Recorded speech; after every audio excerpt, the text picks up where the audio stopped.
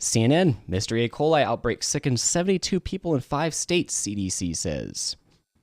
8 people involved in the mysterious outbreak have been hospitalized. No deaths have been reported. People started becoming ill March 2nd, and patients range in age from 1 to 74. Additional illnesses tied to this outbreak may still be reported, the CDC said. States reporting sick patients are Georgia, with 8 patients, Kentucky 36, Ohio 5, Tennessee 21, and Virginia 2. Government scientists have not identified a food item, grocery store, or restaurant chain as a source of these infections. The CDC, state health departments, and U.S. Department of Agriculture's Food Safety and Inspection Services and U.S. Food and Drug Administration are investigating the outbreak. To prevent exposure, CDC recommends washing your hands regularly, especially after using a restroom, changing diapers, and before and after preparing or eating food, cooking meats thoroughly to kill harmful germs, cook steaks and roast to at least 145 degrees and let rest for 3 minutes after you remove the meat from the grill or stove, washing fruits and vegetables before eating, unless the package says the contents have been washed, still wash them, refraining from preparing food or drink for others when you are sick.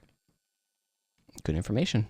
Yeah. We actually have a little thing from the Mayo Clinic on E. coli, just real quick, because who knows everything about E. coli? I don't know. We'll see. E. coli can spread through contaminated food. Common culprits include undercooked ground beef and raw vegetables like lettuce and spinach. E. coli is a very common bacteria, so most of the time E. coli doesn't cause any kind of problem at all. There's certain strains of E. coli that can cause problems. Those problems include diarrhea, abdominal pain, and nausea. People with severe symptoms are at risk for kidney failure.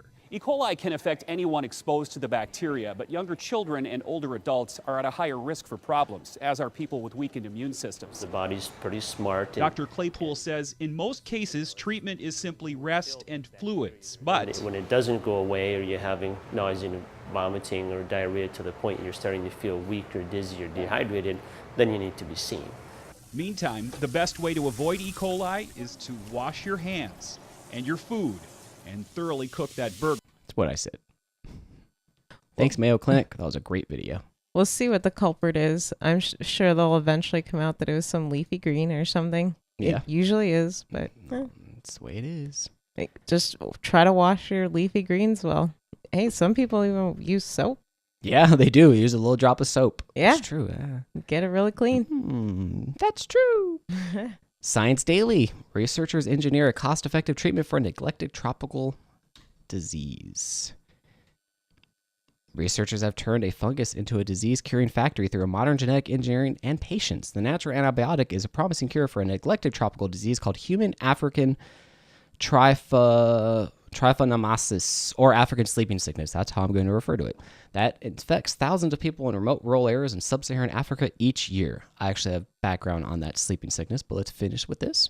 The fungus Acromonium aegypticum naturally produces 2 different types of antibiotic. One is toxic to humans, but the other was identified as a potential treatment for African sleeping sickness in 1996. Artificially synthesizing the antibiotic would not be cost-effective, and the more common method of using bacteria to produce the chemical is infeasible. The research team identified that the fungus's 2 antibiotics are both made from the same precursor molecule. After the precursor is created, 2 separate groups of enzymes produce the 2 different antibiotics. Researchers can leave the precursor molecule and the genes responsible for the desired antibiotic completely unchanged by simply deleting the genes responsible for the other toxic antibiotic. In every liter of fungus that researchers grow in the lab, the engineered strain of fungus can produce 500 milligrams of antibiotic. The desired antibiotic is asaforinane. It is also a candidate to treat cancer somehow. I think it's ascofurinone. Yeah, there you go. Ascofurinone. There you go. Would you like to learn about African sleeping sickness? Yeah. I have a video on it. Let's take a look. Human African trypanosomiasis, also known as sleeping sickness, is a disease caused by a group of parasites called Trypanosoma brucei. The 2 main types causing human disease are Trypanosoma brucei gambiense and rhodesiense. There are other types of Trypanosoma brucei which cause animal disease and very occasionally infect humans.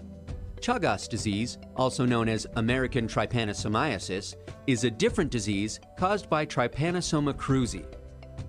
Gambiense is the most common form of African trypanosomiasis, accounting for about 97% of all cases. It's found in countries in Central and West Africa and tends to cause the chronic form of disease. Rhodesiense accounts for about 3% of cases. It's found in countries in Eastern and Southern Africa and causes a more acute infection.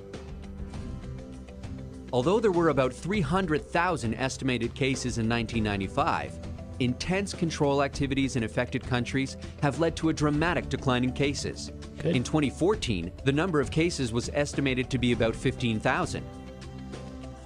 Let's have a look at how the disease is transmitted. The parasite is transmitted to humans through the bite of an infected tsetse fly. These flies are only found in sub-Saharan Africa, most commonly in rural areas. Both female and male flies can transmit the infection.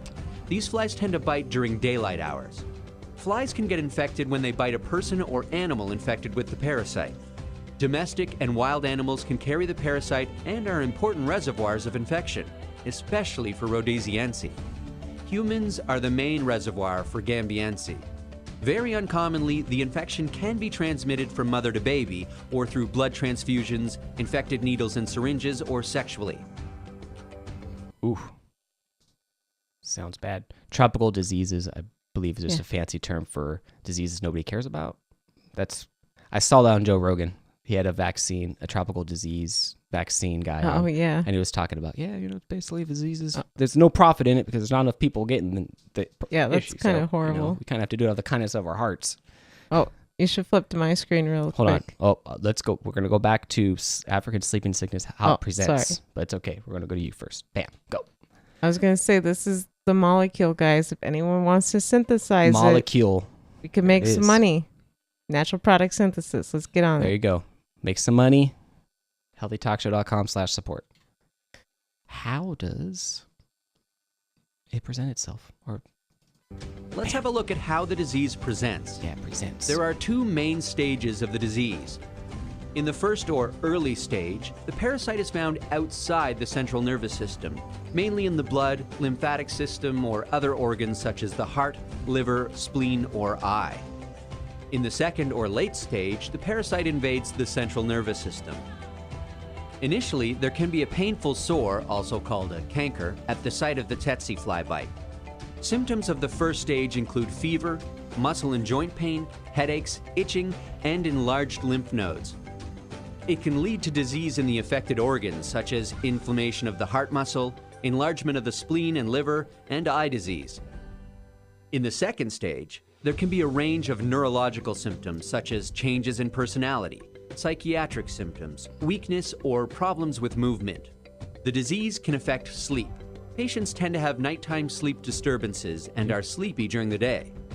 This can get progressively worse, with patients sleeping most of the time. This is why the disease is called sleeping sickness. If left untreated, the disease can lead to death. The severity of the disease and how quickly the disease progresses from the first stage to the second stage depends on the type of parasite. In Rhodesiense infections, it's quite fast, usually a few weeks. On the other hand, in Gambiense infections, it may take several years. People who get infected may not have symptoms for months, if not years. Jeez. When they do, they're usually in the second stage. Brutal. Jeez. So no hints, and then bam, you got it. Crap. And in the chat, as far as tropical vaccines, lots of people get diseases and they're all poor. Yeah, that's true too. If there's no money in it, they don't care. That's the whole thing. It's a tropical disease when there's no money to be made. How about that? That's what makes it tropical. Moving on. Where are we at? Ah, yes. This is a good one. Science Daily. Ethical questions raised on body donation after medically assisted death. The legalization of medical assistance in dying made in Canada has resulted in some people choosing to donate their bodies to anatomy programs, but has raised profound ethical issues, says McMaster University's head of anatomy. At this point, it is unclear how many anatomical programs we have accepted or are accepting bodies of persons who end their life using made, as no reliable information exists on this topic, says Wayman, a professor of pathology and molecular medicine at McMaster. Right now, the law was passed right after the law was passed in Canada, the bodies began to arrive, Wainman said. MAID makes up to 5% of our body donations now, but I can see it easily going to 10% before the end of the year. That makes it 5 to 10 bodies a year. Wainman said, we find the potential MAID donors are far more likely to want to donate their bodies to science. As a result, we are typically in contact with the donor themselves who reach out to us to talk about the donation. An ethical question I face is that for these people who are so vulnerable, who are at the moment trying to decide if their life is worth living, are we somehow inducing them to want to donate? Are we providing them with additional impetus to donate? It's a serious issue, as the last thing we want to do is to bring out any pressure at this difficult point in their lives. Very interesting. I hadn't really thought about that before when, people are talking about medically assisted dying. And talking to the end, because I've always been a supporter of medically assisted death. I mean, if you have a terminal illness and you know you're going to die, why do you want to continue to suffer? But if you're talking to the people that are going to end up with your body afterwards, they're saying, you're going to be a hero. You're going to save the world. Whew. I'm going to say, I'm ready. I'm ready. But at the same time, I mean, their bodies are going to a good cause. So all those medical students, they have to practice. Absolutely. It's a really interesting one. But then this made me think of something else. Because what about organ donation? Yes. People that I know in conspiratorial circles say do not be an organ donor because they will not revive you. That's what people. I mean, there I don't know. It's unconscious bias because if Yeah. anyone sees, they're an organ donor, maybe we don't know. maybe we don't try as hard. Sorry, they're dead. I don't know. A lot of paranoid people I know that believe that. Well, it's hard to tell too exactly what the subconscious mind is thinking as well. Yeah. But Yep. I agree. CNN, Americans borrow $88 billion annually to pay for healthcare, survey finds. About 1 in 8 Americans resorted to borrowing to afford healthcare in the previous year, according to a West Health Gallup survey. 65 million adults say they had health issues, but didn't seek treatment due to cost. Nearly a quarter had to cut back on spending to pay for healthcare or medicine. Not only do you have a real significant number that are deferring care, foregoing care altogether, you also have a big chunk that are getting the care but having to borrow to get it, said Diane Witters, Gallup senior researcher. These statistics are the latest examples of how the nation is struggling with the high cost of medical care. The United States spent more than $10,700 per person on health care in 2017, federal data shows. That's more money than any other country. And our health care kind of sucks. yeah, well, we don't want to admit what a huge part of the economy relies on the healthcare industry. Yeah. So no one wants to cut out all the insurance Can't companies. cut out the jobs. So I don't know how it's going to change until we really have radical overhaul. Yep.